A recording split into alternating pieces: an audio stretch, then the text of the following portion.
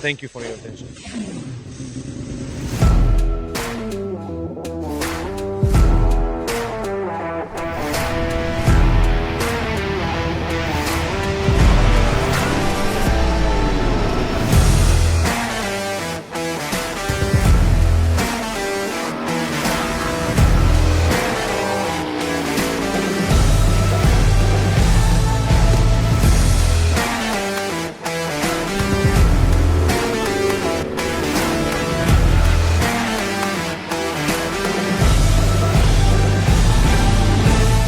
Hi, it's me, Andrzej. It's been a very long day, but such a happy one. Yesterday, the day before yesterday, we were at Silesia Ring. I didn't get to drive much there because it was a training session. We talked more, we were learning. So today, I made up for it at the one and only most rightful place in Poland, Tor Poznań. Why do I say it's the one and only most rightful place in Poland? Because it's our only homologated full-size racing track. Well, you know, we talked with Jacek that this is a place every motorcyclist in Poland should visit at least once.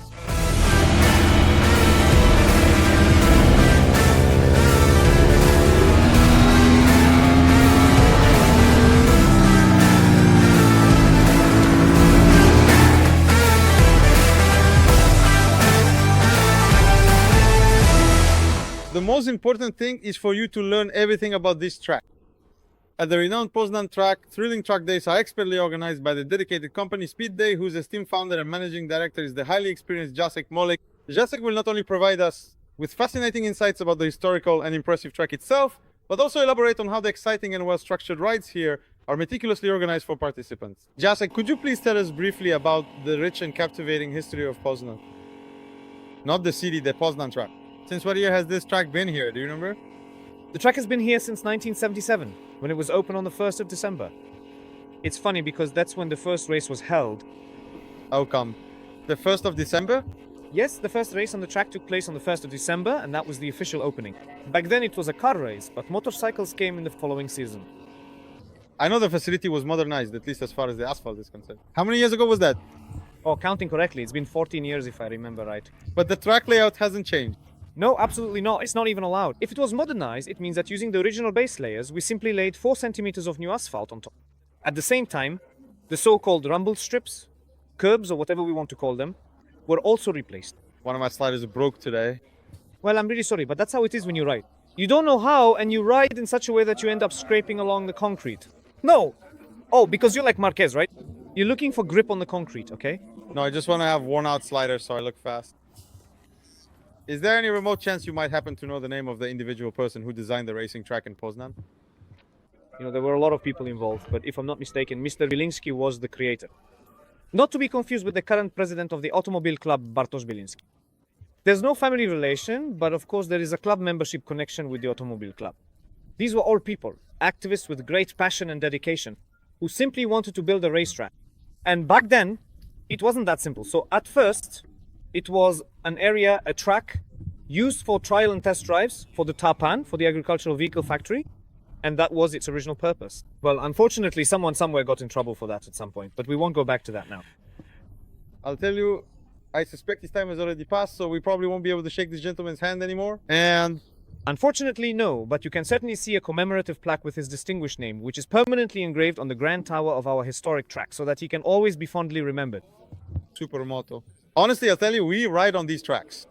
And these tracks, which were designed by people from the Automobile Club or from PZMod, because so far we've been riding at such a facility in Białystok, the new one in Bydgoszcz. And of course, Poznań's layouts are always really, really, really great. Because regardless of what people think and say about PZMod, about how strict or old-fashioned it is, unfortunately, say what you want, and, well, everyone says what they want. There are real specialists there, people who maybe haven't seen it all, but truly have enormous experience. And it's not like someone can just lay out a track to the right, to the left, zigzagging, using the field behind the barn to its limits, and suddenly has a great racetrack.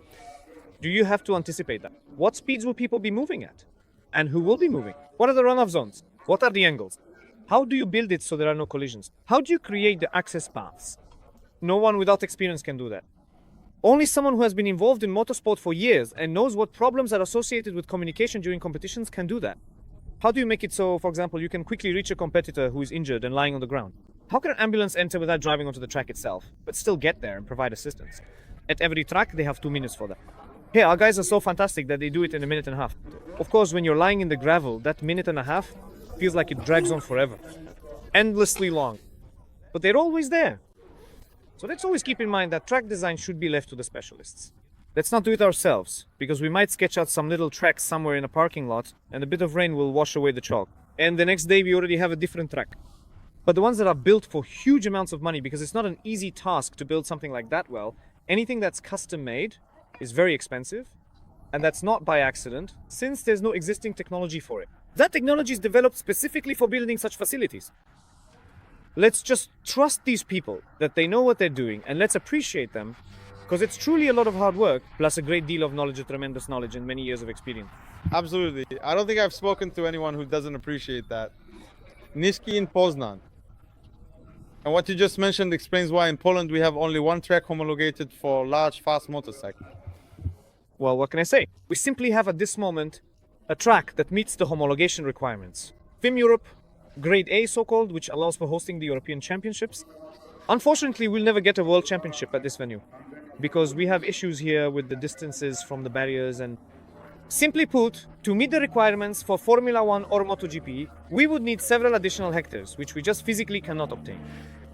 We also don't have the kind of money needed to build this track to current standards.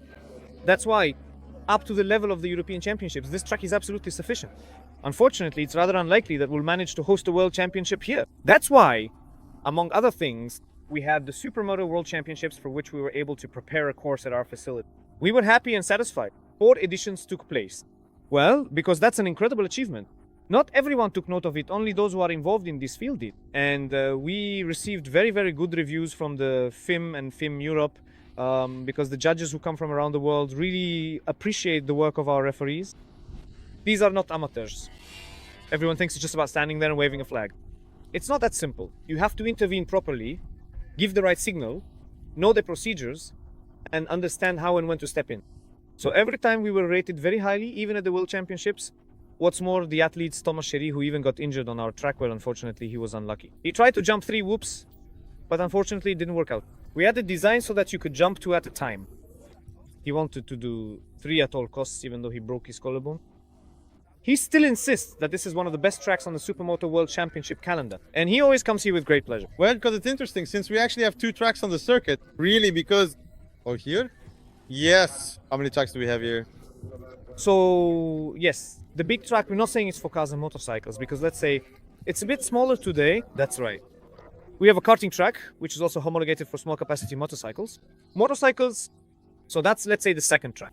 It connects from the inside, but it also enters and uses 3 corners. Yes, that's right, exactly. And besides that, we also have a third track, which is the Supermoto track. So if we use the off-road section on the karting track, which by the way was designed by 4-time world champion Thierry van den Bosch, then we really have quite a lot to offer here. Let's also remember that this track isn't just for... Because we have exceptional speeds, as I mentioned, and there are a lot of competitors since there will be a weekend around. But this track isn't just for races. It's not only for competitions, because during your training sessions, it seems to me that about 50% of the people are amateurs. Sometimes even more. Amateurs with headlights. If we're talking about today, around 60% of the people here are practicing the sport as amateurs. They ride their street motorcycles, they ride with those headlights, with mirrors. They're supposed to come with the motorcycles they use every day.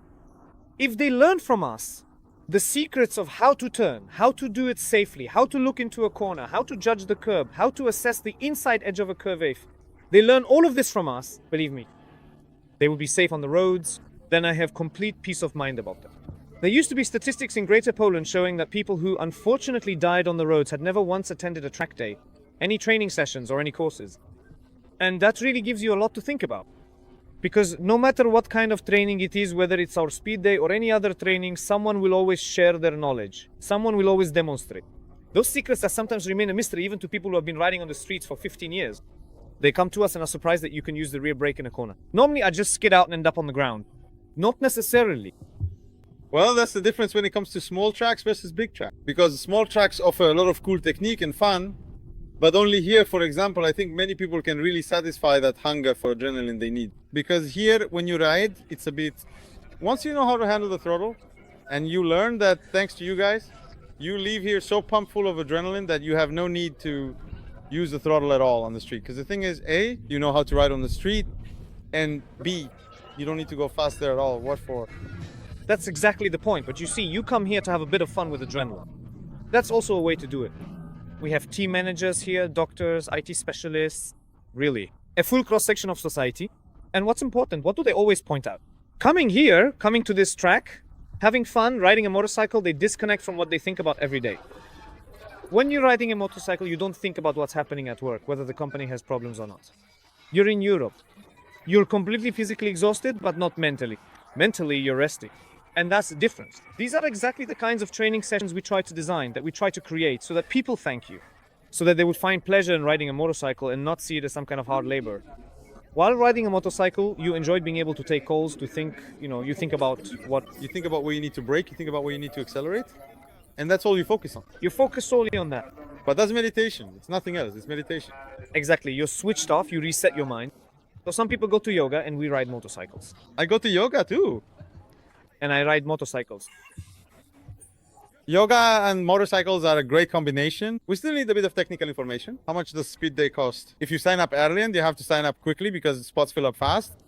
1 day is 490 PLN. 2 days, 920 PLN. Go to the website, Speed Day, PLR.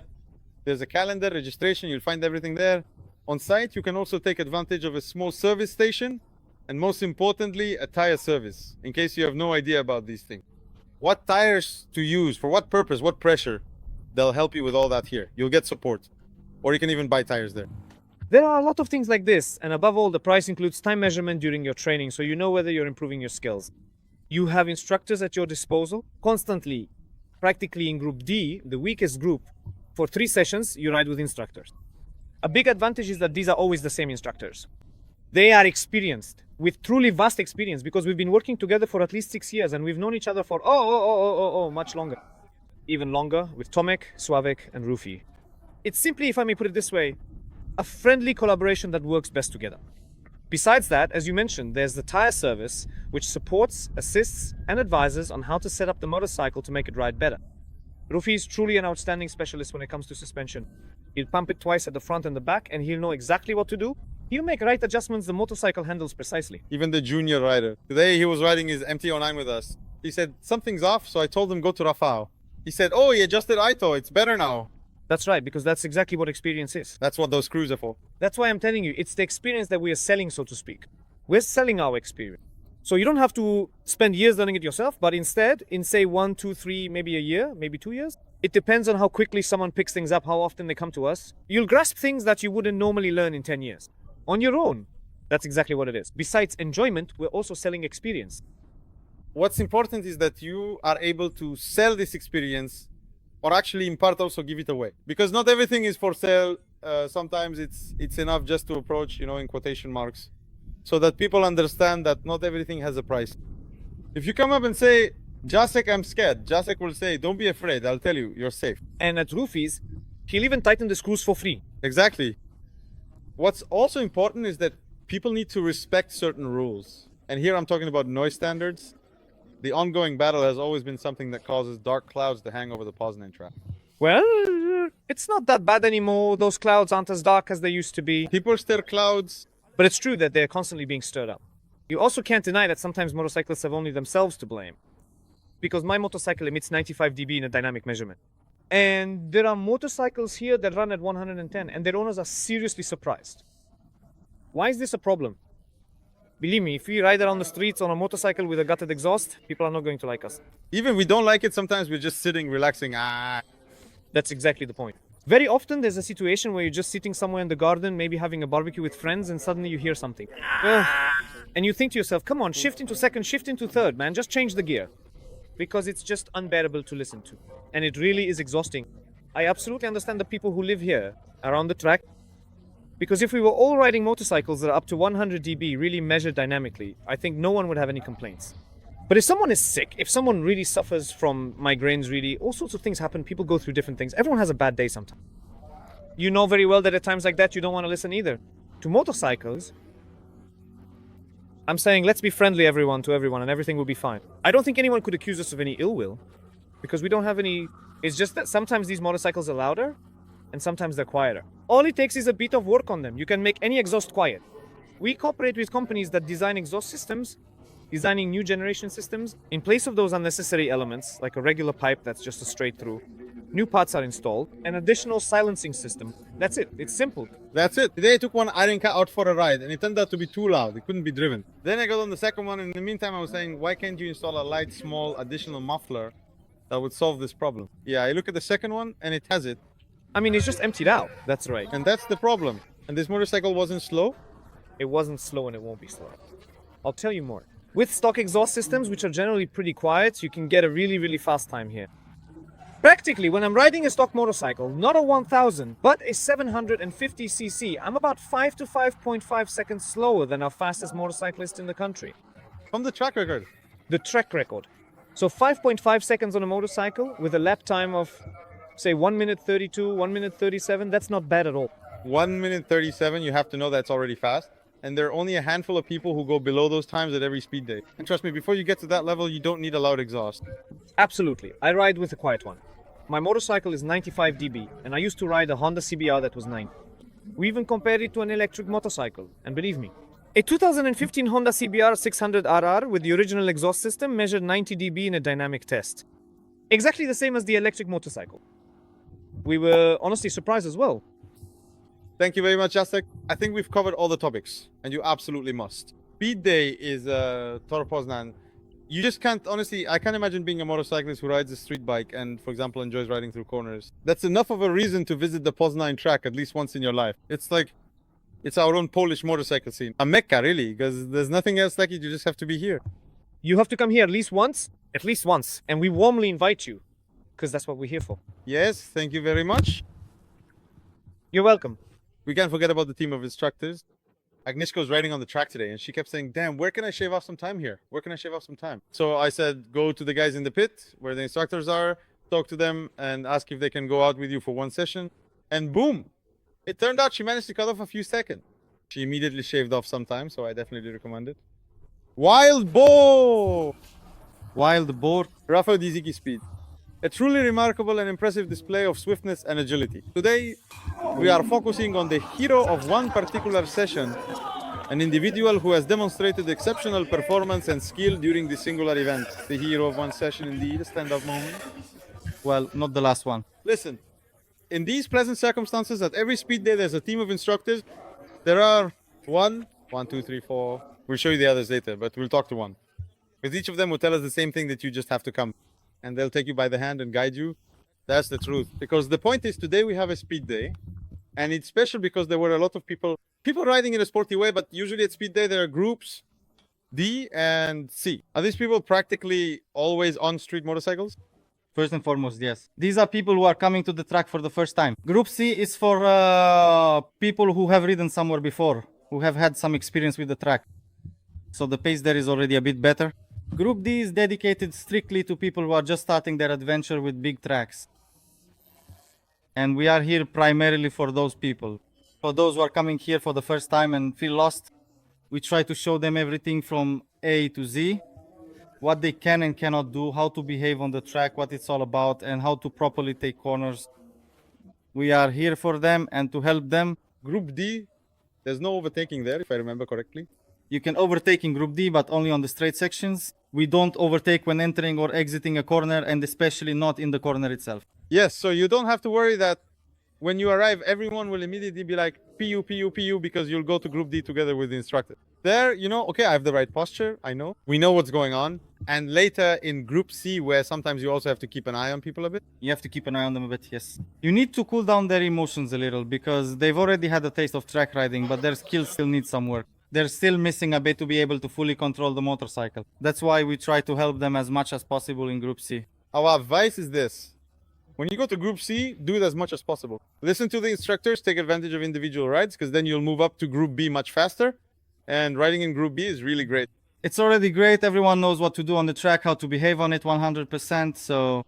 And now the basic question, because yes, Group D, these people, from the very beginning to the end, can always come for advice. They shouldn't hesitate to come. And later, if someone wants an individual session with one of you, they sign up at the office?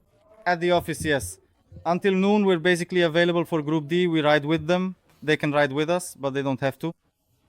Usually there are 3 of us riding. There's also Sławek and Tomek, but they've disappeared somewhere.